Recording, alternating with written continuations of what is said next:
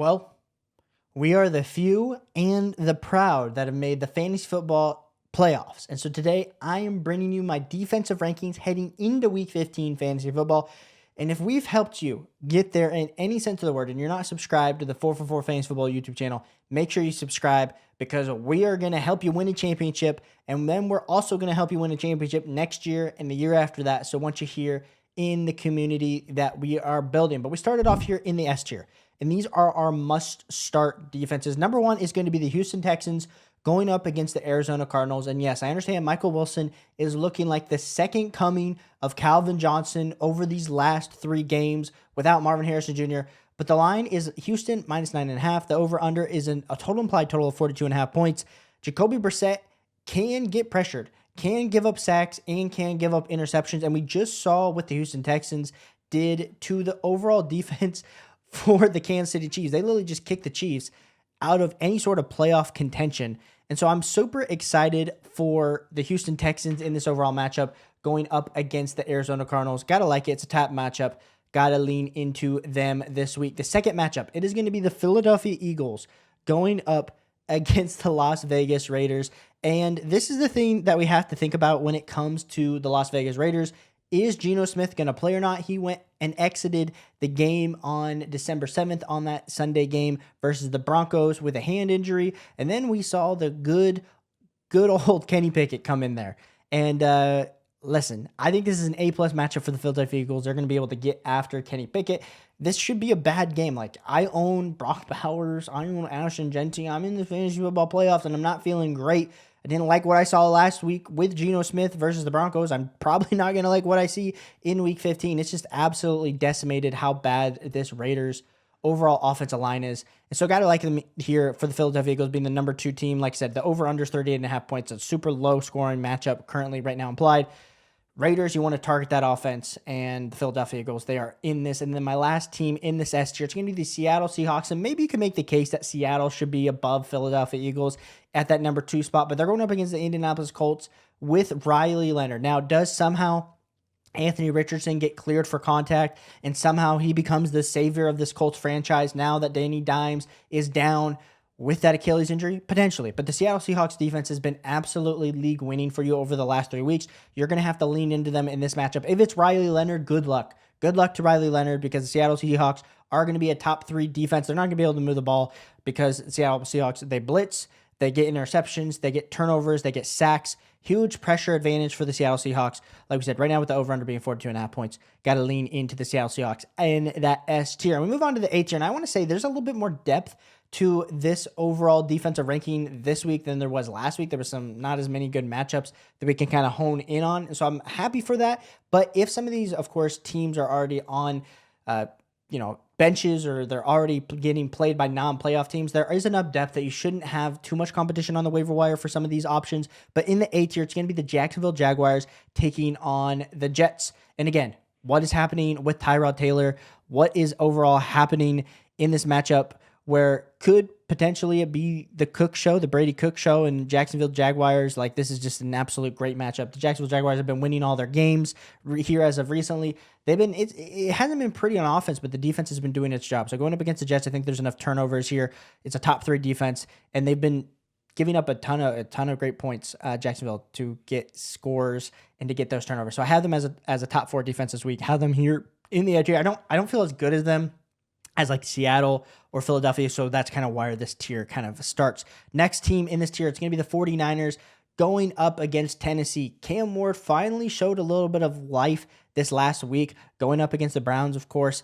I don't know. The Browns defense has been good, and they kind of just gave up a bunch of plays. Now, part of that could be weather. Part of that could be, I don't know what to blame it on. But Myles Garrett got his sacks, but it also wasn't the best day for the Cleveland Browns overall defense. San Francisco 49ers, I think, are a sneaky team. Like we said, we've been wanting to target the Tennessee Titans offense week in and week out, but of course, Tony Pollard did cash up the Cleveland Browns. So a little bit less, like they're not in the S tier. Have them here. The over-under is fine. The implied team total right now for Tennessee is 16. That probably will go up a little bit just based on this last previous performance. Got to lean into the San Francisco 49ers. I do like this overall matchup. The Dallas Cowboys are the last team here in the overall A tier, where the Dallas Cowboys are going up against Minnesota we saw J.J. McCarthy throw for 3 touchdowns this last week. Now, is that to be said that that's going to be what it's going to be for J.J. McCarthy going forward, or it's going to kind of be him going back to some of his old, not being able to pass the ball, zero efficiency, not throwing any touchdowns? Dallas Cowboys can really stop the run up front. So is Aaron Jones going to return from the injury? With Jordan Mason did have some success in week 14, but if they can kind of stop the run and force J.J. McCarthy to pass, I do think this kind of leans in on Dallas being able to get a few turnovers. So I do have them here as my defense number 6.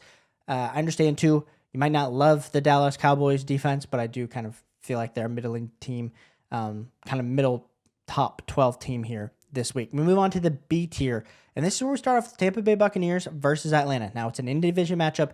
The reason I have the Dallas Cowboys really ahead of the Tampa Bay Buccaneers this week is it's a Thursday night football game. Thursday night football games for all fantasy football players involved has been weird, which is unfortunate to me because in one of my highest stake leagues, I have Mike Evans and Drake London, and I'm going to have to play both of those guys on Thursday night, assuming both of them play. That's a whole nother issue. So if for some reason Drake London is not in this game, there's a chance that Tampa Bay, you'd want to push them up just a little bit higher. But there is the return of Drake London that is pretty imminent. I think they didn't practice him last week. Like I said, I'm recording this Monday at 12:57, so I haven't gotten any sort of practice report from the Atlanta Falcons. I assume he's going to play in week 15 because it has been about 3 weeks since that PCL injury. Now, this is the same PCL injury that Brock Bowers dealt with, and they gave Brock Bowers a full 4 weeks. It's something that can be easily kind of re-aggravated. Now, I think giving him 3 games off is plenty of time for him to come back. They didn't put him on IR, which I think tells us that they didn't want it to be a 4-week injury. But like I said, something to monitor if you're going to be playing the Tampa Bay Buccaneers.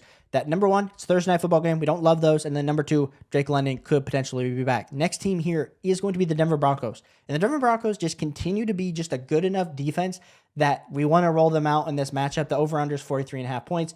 The thing, like, again, Green Bay in total implied is 22.5. We get Jaden Reed back in this game. They're pretty balanced. They're a balanced offense. And so for me, the Denver Broncos, this is going to be a difficult matchup where I don't feel like they've kind of been wide receiver by committee, so it's hard to put Patrick Surtain, your top corner, on anybody. They can kind of just target Riley Moss with whoever they want. But I do think Denver Broncos, got to still play them. They are a talented defense. My defense number 9 is going to be the Green Bay Packers going up against the Denver Broncos. Same matchup. We saw some pressure. Micah Parsons is hard to block. They absolutely kind of made it absolute crazy chaotic for Caleb Williams without Rome Odunze in the Week 14 matchup. Over-under is 43.5 points. I think this is a great matchup, but still, I don't have the Green Bay Packers. Like, I think if we were talking about Green Bay, Week 4, Week 5, we had them in the S tier, A tier consistently. Here in the B tier, still viable defense, but not someone that I'm feeling absolutely great about. And then we kind of move it down here into the C tier, and I end this with my last 5 defenses of this video. Chicago Bears are going up against Cleveland. And again, Chicago, can they get stops? I think that's going to be the question against the Cleveland Browns. We just saw Shedeur Sanders look really good against the Tennessee Titans defense. And I feel like Tennessee Titans defense, as much as we've been targeting their offense, their defense hasn't been terrible. Their offense just has put them in very bad situations. That's why they're not winning football games. Can Shedeur continue his output of what he did this last week? I think if you think Shedeur Sanders is going to go, or, they're going to have quarterback play like Dylan Gabriel-esque from early on in the season, I think you can make the argument that this Chicago Bears defense should be a top 6 defense this week. I just am a little bit worried about this in this total implied team total. I think it's a little bit vital going into week 15 in the playoffs.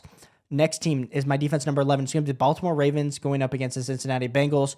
Joe Burrow is cooking. And the Baltimore Ravens going up into this matchup, you never know what it's going to look like, especially is Jamar Chase going to absolutely cook them or not? Defense has been playing okay. The offense has just been really struggling and putting the defense in bad situations. So have the defense number 11 here. Maybe you want to go into a different way, but I do think the Baltimore Ravens defense as a whole is talented with their pass rushers. Of course, with Hamilton, it is a defense that you want to be targeting.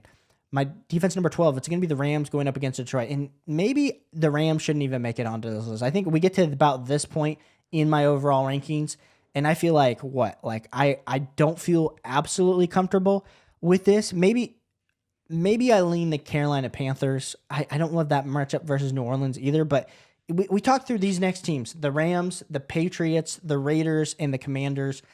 And you all have your fault. Like, Rams, great pass rush, but they're going up against a Detroit offense with Jahmyr Gibbs, Amon-Ra St. Brown that's been absolutely cooking. They're fighting for their playoff lives. going up against Matthew Stafford too, like ex-quarterback. Like there's a little bit of that still. But they also haven't been giving you the fantasy football output over the last 2 weeks that you need. The New England Patriots going up against Buffalo. You never want to, bet on anybody going up against Josh Allen the way Josh Allen's been playing, but the Patriots have been a very solid defense all season long. Raiders versus Philadelphia.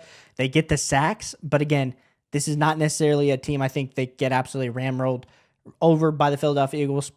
And then Washington Commanders versus the Giants. I just haven't been feeling very comfortable with the Washington Commanders defense as a whole. Plus, they kind of have the injury bug. So that's kind of like my C tier being super, super volatile. Like I said, this video, I'm not trying to go like super, super long to give you guys the example, but I'm saying this, like if you don't have the Green Bay Packers are up, I do not feel good about any defenses this week. That's kind of my implication. So make sure that if you are a playoff team, congrats on making the playoffs. We want you guys getting those elite level defenses. So if you like these defensive rankings, make sure you hit the like and subscribe button. Ask me any start state question down below, and I'll catch you on the next one. Peace.